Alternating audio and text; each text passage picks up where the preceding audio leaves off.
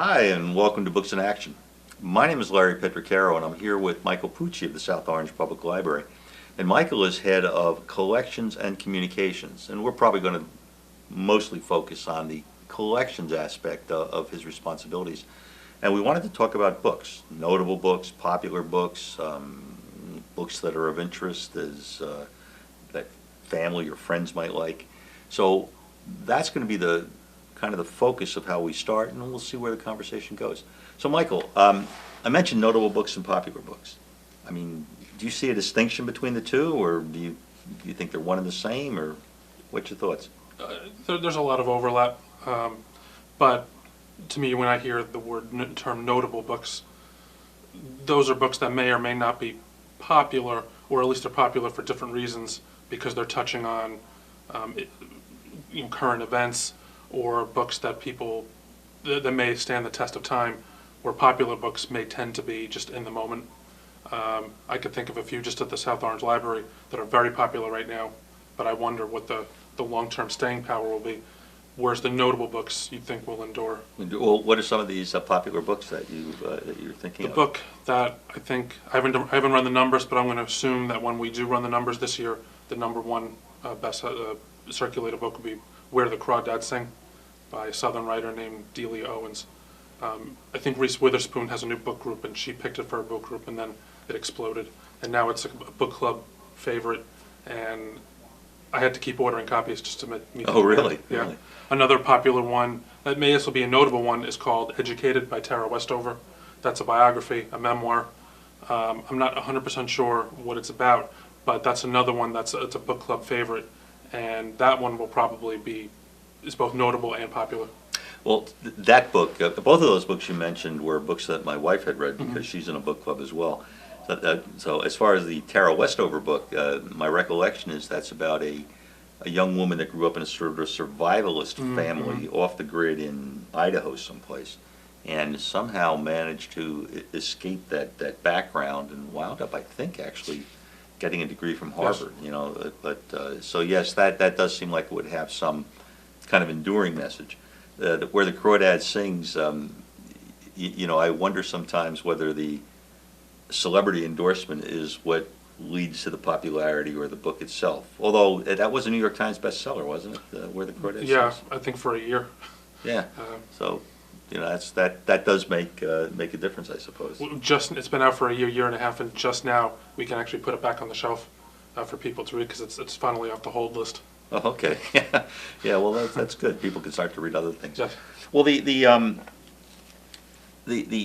notable, the popular, the interests. I mean, in either case, well, the popular, I guess, is an expression of interest to some extent. Notable might be, I don't know how you would describe it. Might be an expression of importance, if you will. And then there's also the issue of who's noting it.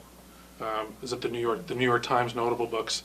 Does that make it popular, or who are these critics who are saying that these are notable, versus the people who make them popular? So that's an age-old debate.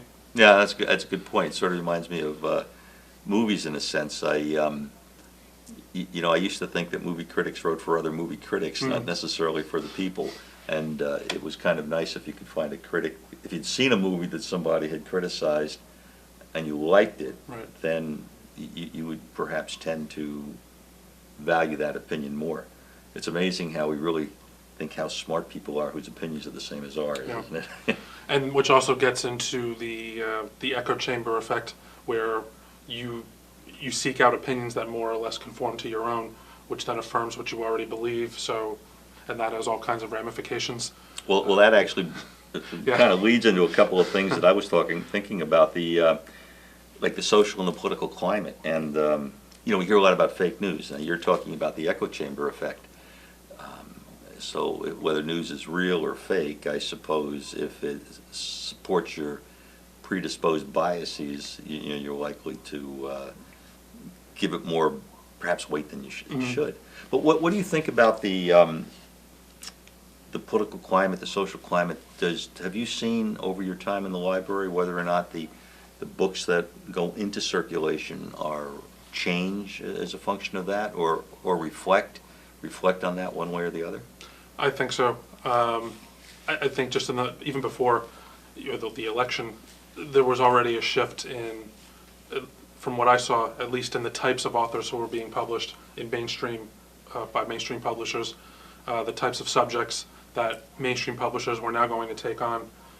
And then since the election, it's really just exploded to the point where in fiction, and in nonfiction, but especially in fiction, they're either addressing the subject head on, or by not addressing it, they're making a statement the other way. Like it looms so large that the absence of it in the novel seems like a statement of its own. You're talking about the aspect of fake news, the political climate, yeah, all the divisions in the country, the rancor, however you fall. It seems like you have to take a stand one way or the other. And an author who does not take a stand, they may be writing about anything at all, but if it's still looming there as a subject, either in the language they're using, or they're not using, or they're using the correct terms, that sort of thing. In fact, real quick, one book that I could recommend that I read this year that I loved is by a British author named James Lasdon. It's called Afternoon of a Faun, and this is a book about a man who 40 years, a rakish kind of playboy, who 40 years on, an encounter he thought was consensual, the woman is now saying was not consensual. And it turns into sort of a Me Too kind of novel because she wants to ruin his career. And the narrator, who is an acquaintance of both of them, serves as a stand-in for us as he tries to work out what actually happened. And I mean, spoiler alert, you can't really find out what happened. He thinks it didn't happen. She says it did. Mm-hmm. What exactly is the truth? And in being magnanimous and trying to take both sides, is that not itself a statement? You are taking sides by not taking sides. And it's beautifully written above all. But just in terms of a current moment type of novel, I recommend this one a lot. Okay, well that's yeah. You're talking about that Me Too moment and that kind of conflict is I won't say it's interesting. I think it's going to be devilish for a long time. But I don't know that you talked about division before and kind of the partisan aspects we're going through now. Things like immigration and so on. But I wonder if that just cycles through, because that's certainly not something that's particularly new, right? No. I mean, if you can go back far enough, I mean, it's... What may be new, or is that we're just working toward, is how amplified it is because of social media. And yes, there have obviously been divisions before in our country to great tragedy, to tragic effect, but never before have we been able to broadcast that to everyone instantly, and then we can all chat with each other, again in our little hives, confirming what we already believe. That to me seems new, but again, I'm reasonably young, so. Well, yeah, I'm reasonably old, but it still seems kind of new to me too. It's, when you said magnify, social media can amplify, I think was the word you used. But in today's technology, whether it's the social media form of it or whether it's even some of the more destructive forms, it just seems to me that it's got nothing to do with books, I suppose, but it does seem to me that the ability of individuals or small groups of people to cause tremendous havoc, tremendous damage is so much more, is exponentially greater than it was before. I mean, I guess in the time of the Romans, you needed a whole army, right? Nowadays, you only need a couple of people. It's just, and I guess that's the same with social media. And maybe books were the original social media. I don't know. Have you ever thought about that? Any opinion on that? Well, yes, they're meant to, novels, what are novels but expressions of ideas, to put ideas out there to be debated over, and you put them in the form of characters. So it's not the author saying, this is what I believe, but you give the problem to a character, and now you can put yourself into that character's shoes and maybe achieve some understanding. Whether you approve of what the character did or not, you can get through some kind of understanding through the shared consciousness of the author to you through fiction, at least. Nonfiction, of course, works a bit differently. What social media seems to do is just eliminate that consciousness, go straight to you and work on your beliefs and prejudices and biases and get you revved up without the without the empathetic element of a story to kind of smooth it over. Yeah, no, I guess that's true. And also with that direct communication with the individual, you don't really have to do any work. You don't have to, more or less, what would be the right word, inform yourself of any facts, so to speak. You mentioned fake news before. Yeah. And where it comes into play for me, who orders the books for the South Orange Library, is there, I mean, I could spend the entire budget just on books. I wouldn't call them fake books or anything. I mean, they're trying to get after something real, but they're not really meant for discussion or contemplation. They're just either campaign documents or thinly veiled propaganda on both sides. Mm-hmm. And I could spend my entire budget just on books, saying that this side is awful and this side's great, and this other side is awful and that side's great. And you don't really get to any kind of understanding that way. I try to pick the ones that at least are trying to further the conversation in some way. When you, as head of collections, then, do you try to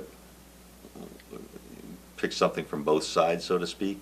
I do, and I also try to the extent that we can, I try to say what is the staying power of this book once it gets off the bestseller list, and this goes back to the notable versus popular.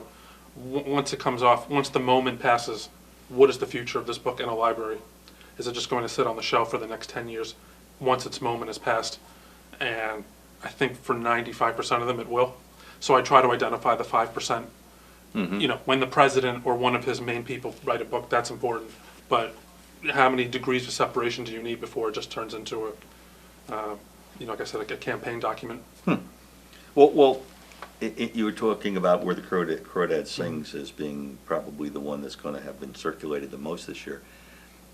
That's fiction. Yes. Are there any categories that have become popular, whether it's biography or certain types of biography? I didn't even know how you categorize exactly, but fiction seems to be kind of a catch-all phrase. Are there any categories of nonfiction, for example, or fiction for that matter, that have become popular? Well, one subgenre that I've noticed has become, if not popular, at least notable, is sort of the nonfiction fiction book. It's a novel, but it uses the elements of nonfiction to. It's almost like not a fake memoir, but I'm thinking of a book series that I think a Norwegian author wrote called My Struggle, 6 books where he himself is the character, taking lots of events from his life, but it is fiction. He fictionalized them, and yet it's supposed to read like a biography. Well, we read a book in the book club I belong to called Burr, which was similar to what you said, because it was a work of fiction, but he brought in historical characters and historical events. In fact, one of the historical events was something that I had never heard about until I read it in Burr, and then I happened to pick up a new book by David McCulloch called The Pioneers, and that same event was in there, so that kind of reinforced the fact that it was true. There's and this is not new, but I've noticed that it's become more and more popular. There's a book called The Executioner Song from 30 or 40 years ago about Gary Gilmore by Norman Mailer. You'll find that in the fiction shelf, even though it's about a real-life man who really committed those murders and about his family, and yet he spruced up some of the details enough so it became a readable narrative, so it becomes fiction. Which will bring me to a question I'm going to ask you when we get back, if I can remember, because we're going to have to take a minute. So we'll be back in a minute. You stay with us. We're going to continue our conversation with Michael Pucci, so hang in there.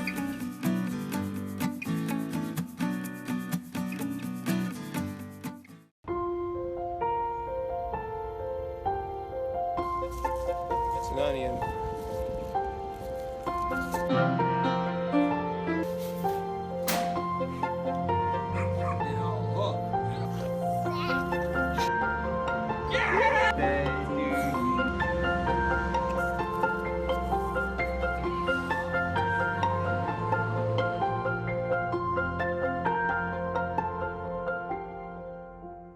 Hi, and welcome back to Books in Action. This is Larry Petraccaro, and I'm here with Michael Pucci. Michael is the head of collections and communications at the South Orange Public Library, and we've been talking about books, I guess, as you might imagine, and we actually got onto a few other subjects. But what I wanted we were talking about most recently. We ended the first segment, Michael was talking about a book by Norman Mailer, I think, called The Executioner's Song, which was a shown as a fiction book, put in the fiction section, but was basically, I guess, more of a memoir, or as factual as could be. And the question that it brought to my mind was something that I had wondered about once before, and that was the similarity or the differences between truth and fact. I don't know if facts always get to the truth of the matter, and that made me think of it when you talked about Norman Mailer creating a narrative which might make people feel more in sync with the events. I mean, have you ever thought about that, or have you any thoughts about whether truth and fact have to in fact be coincident, or whether they might in fact a work of fiction might tell more about the truth of the Civil War than a historical aspect of the narrative? Yes, the author Tim O'Brien, who wrote The Things They Carried, among others, has a bit in there about story truth versus truth, and that his great project is the Vietnam War, and working through all of his feelings about having been in that war. And he finds that presenting it as stories gets at an emotional truth that just presenting it as a series of facts may not be able to get to, because by the facts you're, if you're playing by the rules, you're burdened by those facts. But with the story, you can not tap dance around it, but you can create, like I said before, you can create a narrative where you're able to tap into the emotional part of it, so it doesn't seem like a history book, like a series of facts just coming at you. And that way, and I think that's why people like historical fiction. And maybe some people look it up. I don't. I assume the author is giving me what feels like the real facts, even if they aren't necessarily true. It feels true, and I think a lot of people, especially in our era now, truth is something that's felt more than maybe is. And I think a lot of novels are trying to address that division. Well, you mentioned historical fiction. Has that been a popular category?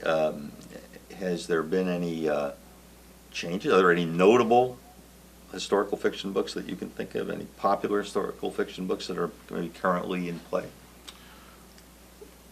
There are.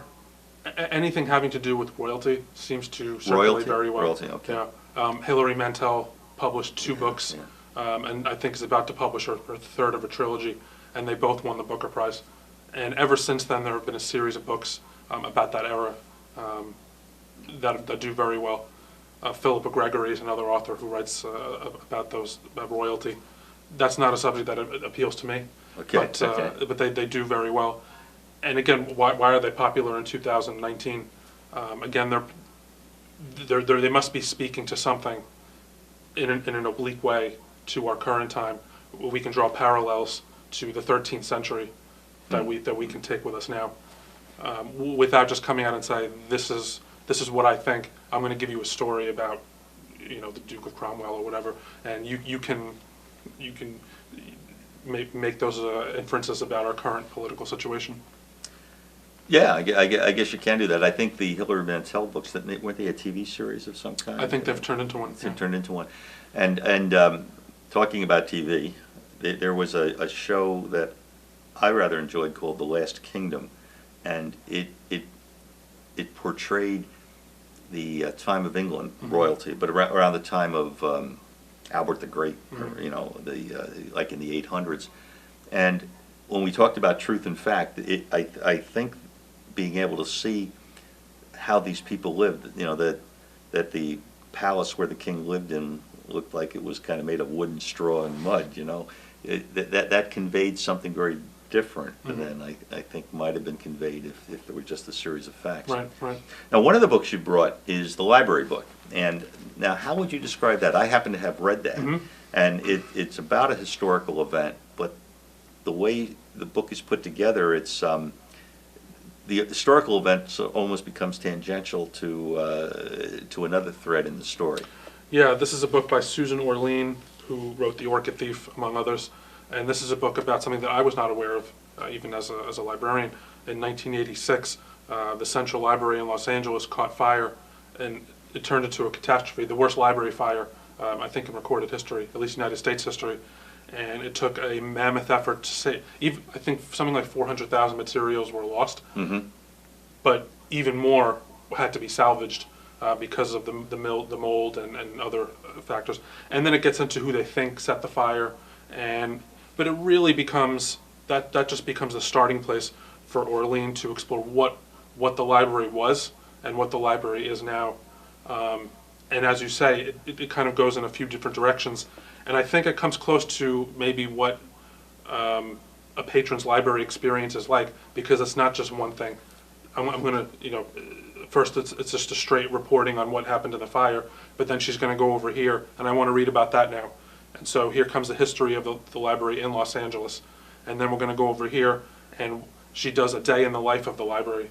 Like if she steps into the library, what is she seeing on a day-to-day basis?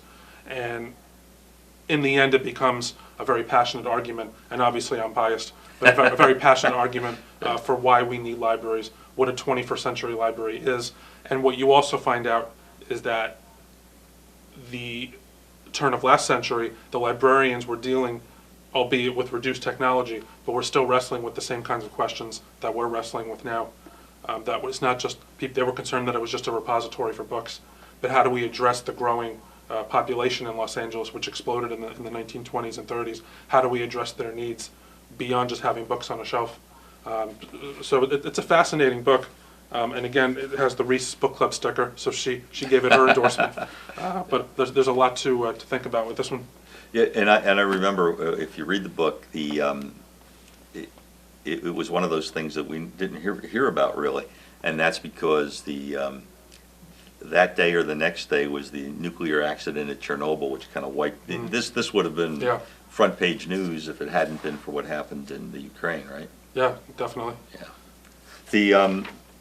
The genres that we've talked about before, and you said there were some various subgenres.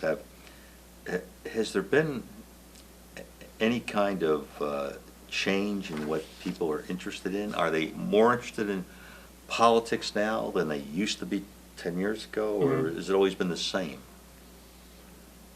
I think yes and no. I think we're so inundated with politics.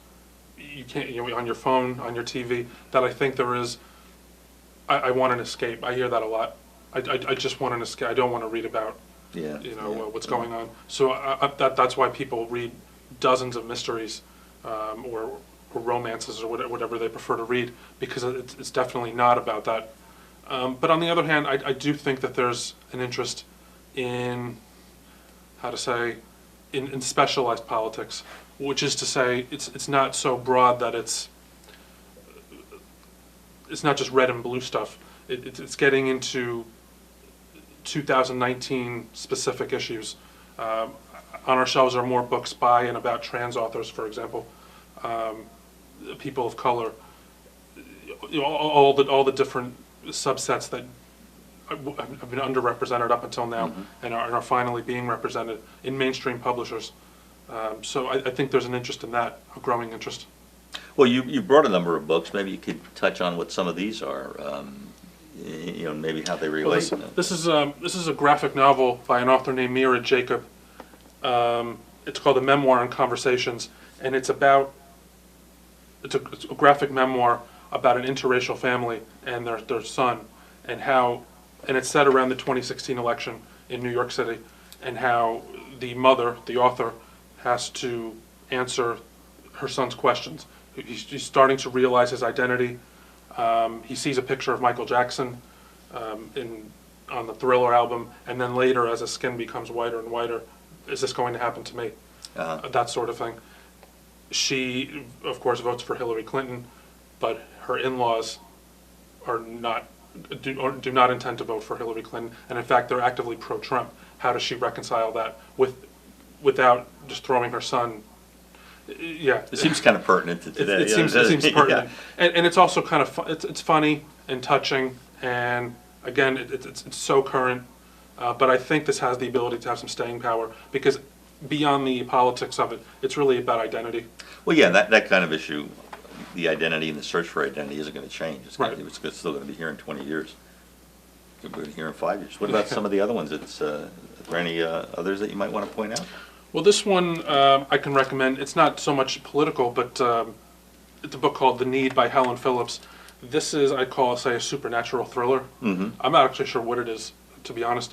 It starts with a mother at home with her 2 kids. Her husband's away on business, and she hears what she thinks is an intruder. And then she goes, "Nah, it's just some house noise." But then her daughter says, "Who is that?" And the answer to that question, "Who is it?" becomes, you could take it as literally or as figuratively as you want. Is it the author herself? Is it an intruder? This intruder seems to take on a lot of the qualities of the author. Is it just the mother's exhausted imagination projecting onto this fictional person? And in the end, the 2 of them split mother duties in the end. She is exhausted and goes to take a nap, while the other shadow self becomes the mother. And it's not exactly clear what's real and what's not. She's also a paleobotanist who she thinks has unleashed some sinister force. Paleobotanist. Yeah, but in some excavation that she's leading. It's an experience, I'll put it that way. Okay. Well, in terms of books and popularity, are there certain books that you can point to that have retained their popularity over the years? Or their notability, maybe, or both? And anything that gets popular with book groups, I find will always have. I always find them. I have to restock the shelves if we lose a copy or they get damaged. Of course, books like To Kill a Mockingbird seem evergreen. What about some of the classics, the things that we think of as classics that were written, I don't know, 100 years, 200 years, 300 years ago? Frankenstein, for example, by Mary Shelley. Yeah. Again, I think if there's a reason for it to stay in the conversation, it's funny what falls out and what doesn't. But I think Frankenstein has more or less stayed relevant. I'm just trying to think of a couple others that The Catcher in the Rye always appeals to people. Of course, I guess to bring it all back around, Orwell's books have. I had to order more copies last year, even though we already had a few. Yeah, because 1984 seems like it's evergreen, isn't it? And then Margaret Atwood's The Handmaid's Tale, mostly because of the TV show, but also for other reasons, has stayed very relevant. And what about her sequel? That has been very popular as well. well. I don't know if it's going to, in the long run, be as enduring as Handmaid's Tale, but so far, it co-won the Booker Prize a couple months ago. Let me ask you about a book that's a particular favorite of mine, The Adventures of Huckleberry Finn by Mark Twain. Is that popular, or has it lost popularity, or? I think it's just, if it's assigned to you, I don't know that people seek it out. That's interesting. And we could spend a whole 30 minutes on that book, and it's... That's a book I think is particularly relevant to today as well. And then there's the sanitized version that goes out, and the real version, and its use of language, of authentic language, and how faithfully, Twin was quite faithful in the language that he used, and do we have a responsibility to take it out? That book is fraught with conversation. Yeah. But we do have a responsibility to end this conversation. So thank you for joining us on Books in Action. This has been Larry Petraccaro with Michael Pucci, and hope you'll join us next time.